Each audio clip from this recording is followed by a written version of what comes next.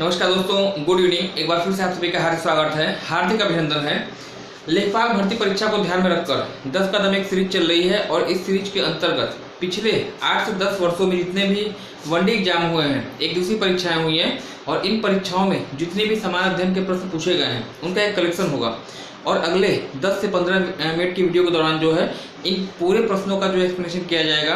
देखने में इनकी संख्या आपको 10 लग सकती है, 12 लग सकती है, लेकिन अगर आप वीडियो को अंत तक देखते हैं तो निश्चित रूप से जो है कहीं ना कहीं आपको 20 से 40 क्वेश्चन यहाँ पे आपके क्लियर हो जाएंगे, है ना। आगे बढ़ने से पहले अगर आप चैनल पे पहली बार आए हैं, चैनल को सब्सक्राइब करके बेल आइकन को प्रेस कर दीजिएगा, नोटिफिकेशन बेल को क्लिक कर दीजिए, ऑन कर दीजिए, क्योंकि ऐसे ही हेल्पफुल कंटेंट मैं आपको प्रोवाइड करता रहता हूँ। आइए शुभारंभ करते हैं आज की इस क्लास का। सबसे पहले जो आज का प्रश्न आपसे पूछा गया यूपी स्पेशल का एक महत्वपूर्ण प्रश्न है। पूछा गया है आलू, गन्ना, चावल और गेहूं उत्पादन है ना। ये चार चीज है, चार ऑप्शन आपके सामने है। आलू है, चावल है, गन्ना है और गेहूं है ना। इन चार में से किसके उत्पादन में उत्तर प्रदेश का पहला स्थान नहीं है। थोड़ा सा टिपिकल क्वेश्चन होगा, ऐसे क्वेश्चन एग्जाम में बनते हैं और आप लोग गलत करते हैं, है ना। चार ऑप्शन आपको दिया गया है, आलू, गेहूं, गन्ना और चावल के उत्पादन में किसमें उत्तर प्रदेश का पहला स्थान नहीं है। आपको ध्यान देना होगा, रिसेंटली डाटा के अनुसार आलू उत्पादन हो गया, आलू उत्पादन, गन्ना उत्पादन और गेहूं उत्पादन, इन तीन के उत्पादन में उत्तर प्रदेश का पहला स्थान है ना। बच गया चावल। चावल के उत्पादन में जो है उत्तर प्रदेश का पहला स्थान नहीं है। प्रश्न आपसे यही पूछा गया था, इन चार में से किसके उत्पादन में उत्तर प्रदेश का पहला स्थान नहीं है। उत्तर यहाँ पे आपका हो जाएगा चावल उत्पादन, क्योंकि चावल उत्पादन में पहला स्थान आपका वेस्ट बंगाल का है और सेकंड नंबर पे उत्तर प्रदेश की स्थिति आती है ना।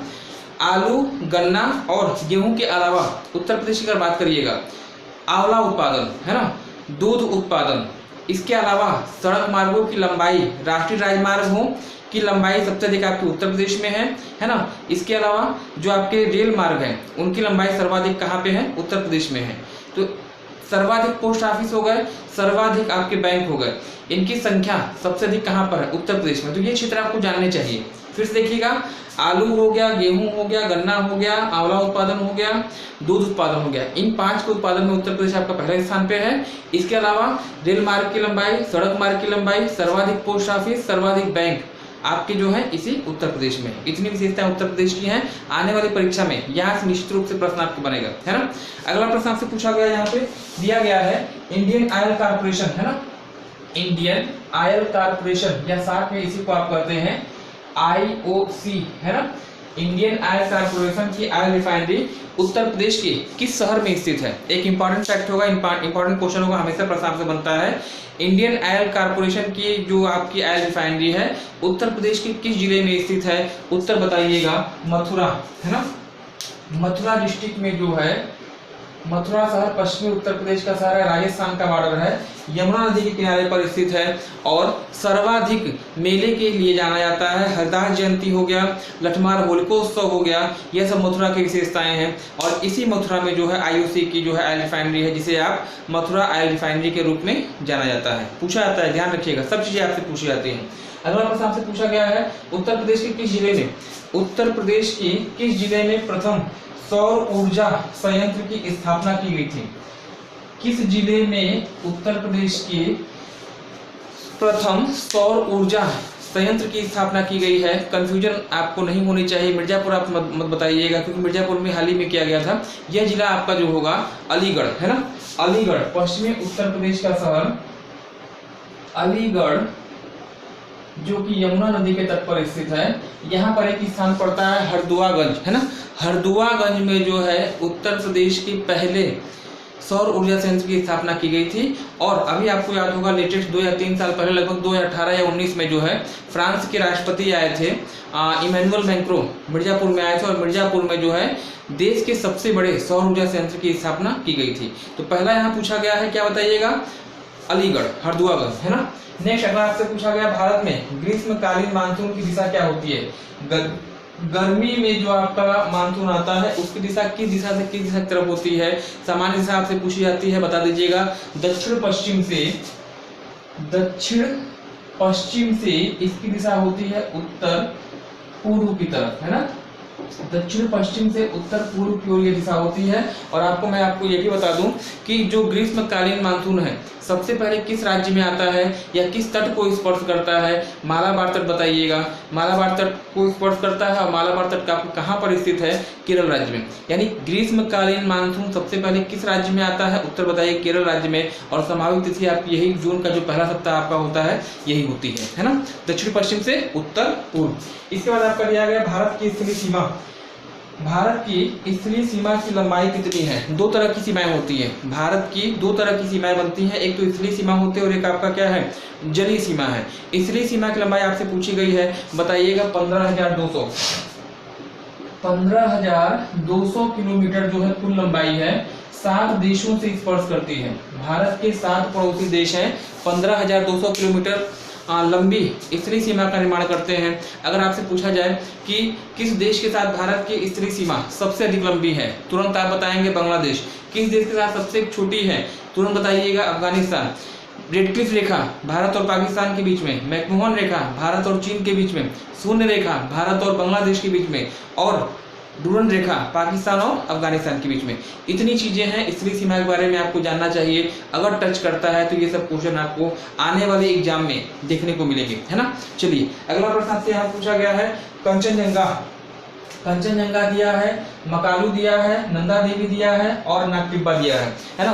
कंचनजंगा, मकालू, नागटिब्बा और नंदा देवी, इनमें से कौन सी पर्वत चोटी ऐसी है जो महान हिमालय में नहीं है, यानी हिमाद्री में नहीं है?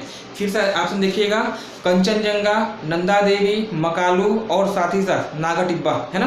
तो मैं आपको बता दूं, कंचनजंगा आपकी पड़ती है सिक्किम राज्य में, हिमालय की भारत में सबसे ऊंची पर्वत चोटी है। मकालू नेपाल में पड़ती है, ये भी महान हिमालय का पोर्शन है।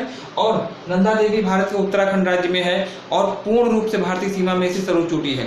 नागाटिब्बा की बात करिएगा, नागाटिब्बा उत्तराखंड का क्षेत्र पड़ेगा और महान हिमालय में ये नहीं आती है। जो नागाटिब्बा है उत्तराखंड में तो है लेकिन महान हिमालय का पोर्शन नहीं है, बल्कि यह जो है किसका भाग है? तो शिवालिक का, है ना। नागाटिब्बा, इन चार में से कौन सी ऐसी पर्वत श्रेणी है या पर्वत चोटी है जो महान हिमालय का पोर्शन नहीं है? उत्तर बताइएगा नागाटिब्बा। और नागाटिब्बा कहाँ पड़ती है? तो शिवालिक श्रेणी का ये पार्ट होगा, है ना। चलिए इसके बाद अगला प्रश्न आपसे पूछा ग्रामीण खेती। ग्रामीण खेती करने की एक विधि है जाबो, है ना। जाबो का संबंध किस नॉर्थ ईस्ट स्टेट से है? उत्तर पूर्वी राज्य यानी 7 सिस्टर में एक कोई राज्य ऐसा है जहां पर जाबो नामक कृषि की जाती है, खेती की जाती है, और किस राज्य में की जाती है वो आपसे पूछा गया है। उत्तर बताइएगा 7 सिस्टर का एक राज्य, मैंने आपको क्लू दे दिया है। उत्तर जो आपका होगा नागालैंड, है ना। नागालैंड ये जो आपका एक ऐसा राज्य है जो उत्तर पूर्वी सीमांत राज्य है, म्यांमार की सीमा को स्पर्श करता है ना। और यहाँ पर एक जनजाति पाई जाती है अंगामी जनजाति और कोन्याक जनजाति, 2 जनजातियां नागालैंड में पाई जाती हैं। जो अंगामी जनजाति है वही जो है ये जाबो नाम की खेती जो है करती है ना। जाबो नाम की खेती कौन करता है? अंगामी जनजाति। कहाँ पाई जाती है? तो नागालैंड में, है ना। रेयर क्वेश्चन होगा आप लोग के लिए। जितने क्वेश्चन आपको नहीं आते हैं उनको आप नोट करिए, प्रॉपर अच्छी हैंडराइटिंग में लिखिएगा। परीक्षा के अंत समय में जब परीक्षा आपका 10 दिन 15 दिन बाकी, उसके बाद रिवीजन सरसरी निगाह से करिएगा, निश्चित रूप से आपके लिए फायदेमंद रहेंगे, है ना। चलिए अगला प्रश्न आपसे पूछा गया है अंतर्राष्ट्रीय शांति सुरक्षा। अंतर्राष्ट्रीय शांति एवं सुरक्षा को बढ़ावा देने के लिए, है ना, अंतर्राष्ट्रीय शांति एवं सुरक्षा को बढ़ावा देने संबंधित प्रावधान जो है संविधान के किस भाग में लिए गए हैं? ये किस भाग में उल्लेखित है ना। फिर से देखिए, अंतर्राष्ट्रीय शांति और सुरक्षा को बढ़ावा देने के संबंध में प्रावधान संविधान के किस भाग में दिए गए हैं ये आपसे पूछा गया है। अनुच्छेद 51 याद रखिएगा, अंतर्राष्ट्रीय सद्भाव को प्रेरित करता है। और अनुच्छेद 51 किस भाग में आएगा? अनुच्छेद 36 से लेकर 51 तक, है ना। 36 से 51 तक आपका DPSP नीति निर्देशक तत्वों में भाग 4, है ना। भाग 4 में अंतर्राष्ट्रीय शांति सुरक्षा की बात की गई है और यहाँ पे जो उत्तर आपका हो जाएगा भाग 4। और अगर पूछा जाए कहाँ पे है तो DPSP यानी डायरेक्टिव प्रिंसिपल, है ना। DPSP यानी डायरेक्टिव प्रिंसिपल, राज्य के नीति निर्देशक तत्वों में इनका उल्लेख आपका होगा, है ना। चलिए इसके बाद अगला प्रश्न आपसे पूछा गया संवैधानिक उपचारों संबंधी अधिकार किसके अंतर्गत आते हैं? संवैधानिक उपचारों संबंधी अधिकार किस भाग के अंतर्गत आएंगे, ये आपसे पूछा गया है। तो मौलिक अधिकार का पाठ है, मौलिक अधिकार यानी भाग 3 है ना। मौलिक अधिकार के अंतर्गत ये आएंगे भाग 3, बताइएगा भाग 3। देखिए डीपीएसपी आपका भाग 4 में है, अनुच्छेद 51 अंतर्राष्ट्रीय शांति एवं सुरक्षा और संवैधानिक उपचार संबंधी अधिकार, भाग 3 अनुच्छेद 32 याद रखिएगा, आर्टिकल 32 में संवैधानिक उपचार संबंधी अधिकारों का उल्लेख है। और ये भाग में आएगा किसके अंतर्गत, मौलिक अधिकारों के अंतर्गत आपका आ जाएगा, है ना। किसे संविधान की आत्मा कहा गया है? संविधान की आत्मा एक इंपॉर्टेंट क्वेश्चन होगा, एक इंपॉर्टेंट ट्रिपल स्टार वाला क्वेश्चन है और सबसे ज्यादा कंफ्यूजन भी आपको यहाँ से होती है। पूछा गया है किसे भारतीय संविधान की आत्मा के रूप में जाना जाता है। संविधान की आत्मा, अगर पंडित जवाहरलाल नेहरू की अगर बात करिएगा, पंडित जवाहरलाल नेहरू जो कि भारत के प्रथम प्रधानमंत्री थे, इन्होंने संविधान की आत्मा कहा है प्रस्तावना को, है ना। प्रस्तावना, जो सही उत्तर यहाँ पे होगा प्रस्तावना या उद्देशिका। प्रस्तावना या उद्देशिका को जो है संविधान की आत्मा कहा गया है पंडित जवाहरलाल नेहरू के द्वारा। और अगर आपसे पूछा जाए किस मौलिक अधिकार को संविधान की आत्मा कहा गया है, डॉक्टर भीमराव अम्बेडकर के द्वारा। जब भीमराव अम्बेडकर की बात आ जाएगी तब उत्तर आपका हो जाएगा संवैधानिक उपचारों संबंधी अधिकार, है ना। दोनों ऑप्शन आपको नहीं दिए जाएंगे, जैसा ऑप्शन रहेगा वैसा आप लगा सकते हैं। एक बार फिर से ध्यान रखिएगा, भीमराव अम्बेडकर की बात की जाए संवैधानिक उपचार संबंधी अधिकार को इन्होंने कहा है संविधान की आत्मा, और अगर नेहरू जी की बात की जाए तो इन्होंने क्या कहा है, जो प्रस्तावना या उद्देशिका जो है संविधान की आत्मा आपकी हो जाएगी। एक क्वेश्चन आपसे पूछा गया है, पास्कल, भौतिक विज्ञान से लिया गया क्वेश्चन है। पास्कल किसकी यूनिट है? पास्कल किसकी इकाई है? किस की इकाई मानी जाती है पास्कल? उत्तर आप बताइएगा यहाँ पे दाब की, है ना, दाब की इकाई पास्कल। और सबसे अंत में एक क्वेश्चन आपको दिया गया है यहाँ पे, वह क्वेश्चन होगा एक अश्वशक्ति, मोस्ट इंपॉर्टेंट है, एक अश्वशक्ति बराबर कितने वाट होते हैं? छोटा बच्चा भी बताएगा इसको, और कितने होते हैं तो बताइएगा 746 वाट, है ना। तो ये रहा एक बेहतरीन सेशन जिसके अंतर्गत आपने आने वाली परीक्षा को ध्यान रखकर जितने भी प्रश्न आपके बन सकते हैं आगे पीछे चर्चा की है। चैनल पहली बार आया है, सब्सक्राइब करके बेल आइकन को प्रेस कर दीजिएगा ताकि जितने भी मैं आगे वीडियो में डालूँ उसका नोटिफिकेशन आपको मिलता रहे। Thanks for joining me, good evening, धन्यवाद।